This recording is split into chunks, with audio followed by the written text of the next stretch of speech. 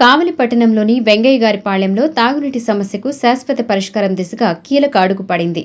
కావలి municipality పరిధిలో 15వ ఆర్థిక సంఘం నిధులతో 48,50,000 రూపాయల వ్యయంతో చేపట్టనున్న పైప్లైన్ పనులకు శంకుస్థాపన జరిగింది. ఈ కార్యక్రమానికి నెల్లూరు పార్లమెంటు సభ్యులు వేమిరెడ్డి ప్రభాకర్ రెడ్డి ముఖ్య అతిథిగా హాజరయ్యారు. అలాగే గిరిజన కాలనీలో వీపీఆర్ అమృతధార ఆధ్వర్యంలో ఏర్పాటు చేసిన వాటర్ ప్లాంట్ను ప్రారంభించారు. పైప్లైన్ శంకుస్థాపన అనంతరం ఏర్పాటు చేసిన సభలో ఎంపీ వేమిరెడ్డి ప్రభాకర్ రెడ్డి మాట్లాడుతూ తాగునీటి సమస్యకు శాశ్వత పరిష్కారం దొరికిందని అన్నారు. ఎమ్మెల్యే కృష్ణారెడ్డి ఆధ్వర్యంలో కావలి పట్టణం అభివృద్ధి చెందుతుందని పేర్కొన్నారు. ఎమ్మెల్యే కృష్ణారెడ్డి మాట్లాడుతూ వెంగయ్యగారిపాళెం ప్రాంత ప్రజలకు నిరంతరం తాగునీటి సరఫరా అందించడమే లక్ష్యంగా ఈ పనులు చేపట్టామని తెలిపారు.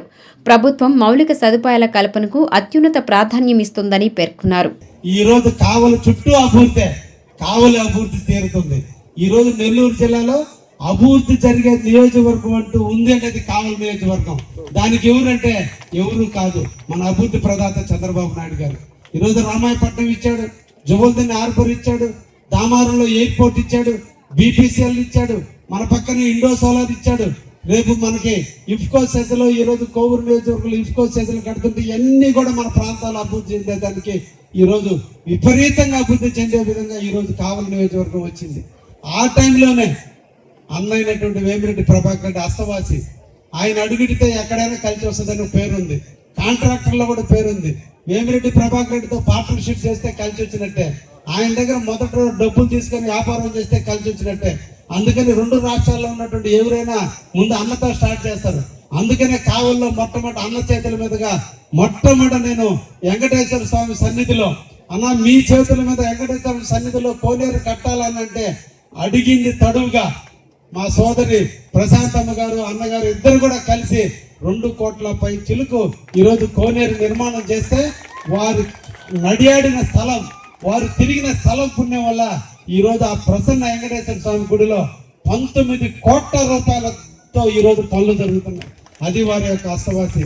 ఈరోజు కావలి నియోజకవర్గంలో ఎప్పుడు లేని విధంగా మా ఇద్దరికి, నాకు 33,000 మెజార్టీ ఇచ్చారు, అన్నకు 36,000 ఓట్లు మెజార్టీ ఇచ్చి గెలిపించారు.